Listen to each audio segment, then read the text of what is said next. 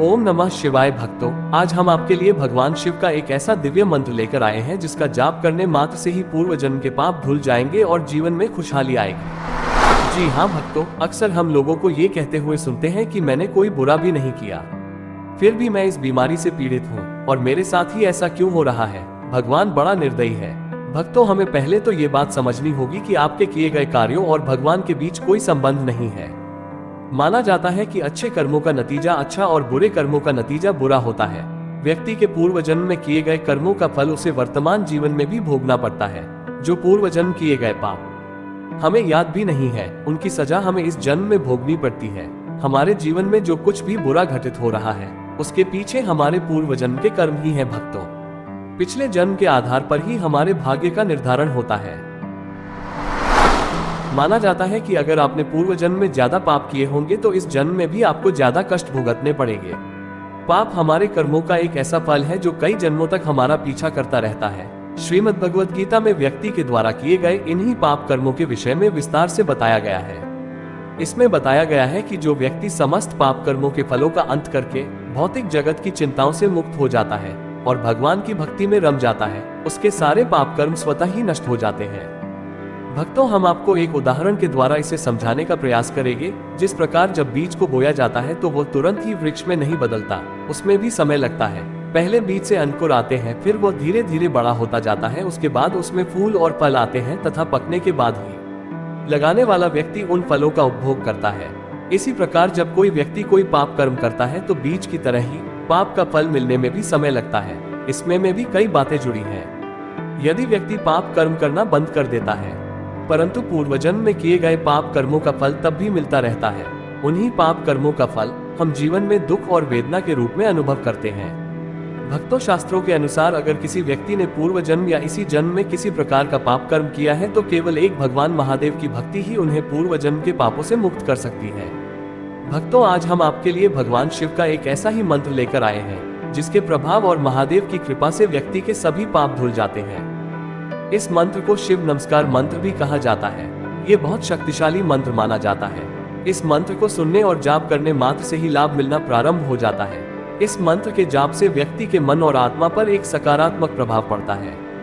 इस मंत्र का जाप प्रतिदिन करने से स्वास्थ्य संबंधित परेशानियों से छुटकारा पाया जा सकता है। मंत्रों के जाप से जो कंपन उत्पन्न होता है उससे मस्तिष्क और बोलने की क्षमता में सुधार आता है।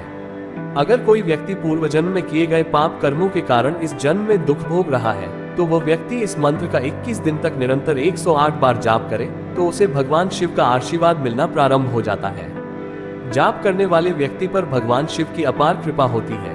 सर्वप्रथम जाप प्रारंभ करने से पहले भगवान शिव से अपने पूर्व जन्म और इस जन्म में गई गलतियों को क्षमा करने की प्रार्थना करें। तत्पश्चात इस मंत्र का जाप 108 बार करें।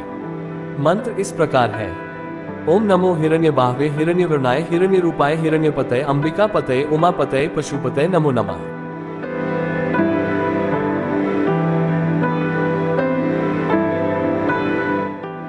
भक्तों, शास्त्रों के अनुसार आप इस मंत्र के साथ साथ इन कुछ उपायों के द्वारा भी पूर्व जन्म के पापों से होने वाले दुख और वेदना को अपने जीवन से कम कर सकते हो। पूर्व जन्म में किए गए अनजाने पापों से मुक्ति के लिए बेजुबानों की सेवा करनी चाहिए।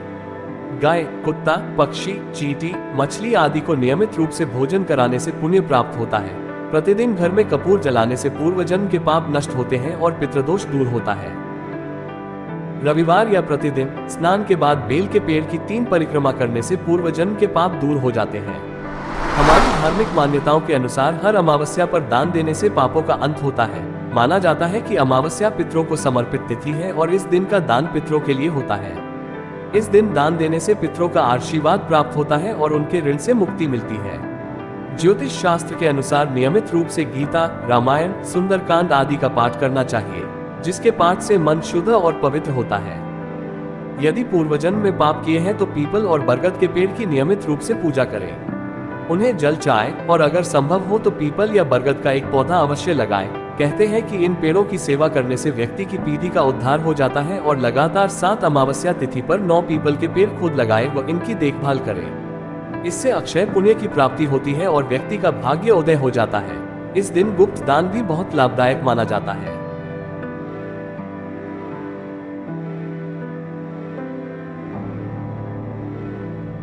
भक्तों, आपको ये जानकारी कैसी लगी कमेंट में जरूर लिखें। अगर आपको यह वीडियो पसंद आया तो इसे लाइक और शेयर जरूर करें, जिससे किसी जरूरतमंद और दुखी व्यक्ति का भला हो सके। आपका हमारे चैनल दिव्य ज्ञान पथ पर बने रहने के लिए धन्यवाद। आपका दिन शुभ हो।